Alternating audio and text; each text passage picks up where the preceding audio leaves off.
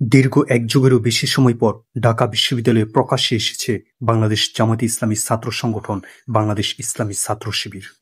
ঢাকা বিশ্ববিদ্যালয় কেন্দ্রীয় ছাত্র সংসদ ডাকসু নির্বাচনে অংশগ্রহণের জন্য বাংলাদেশ ইসলামী ছাত্র শিবির ২৮ সদস্যের পূর্ণাঙ্গ প্যানেল ঘোষণা করেছে।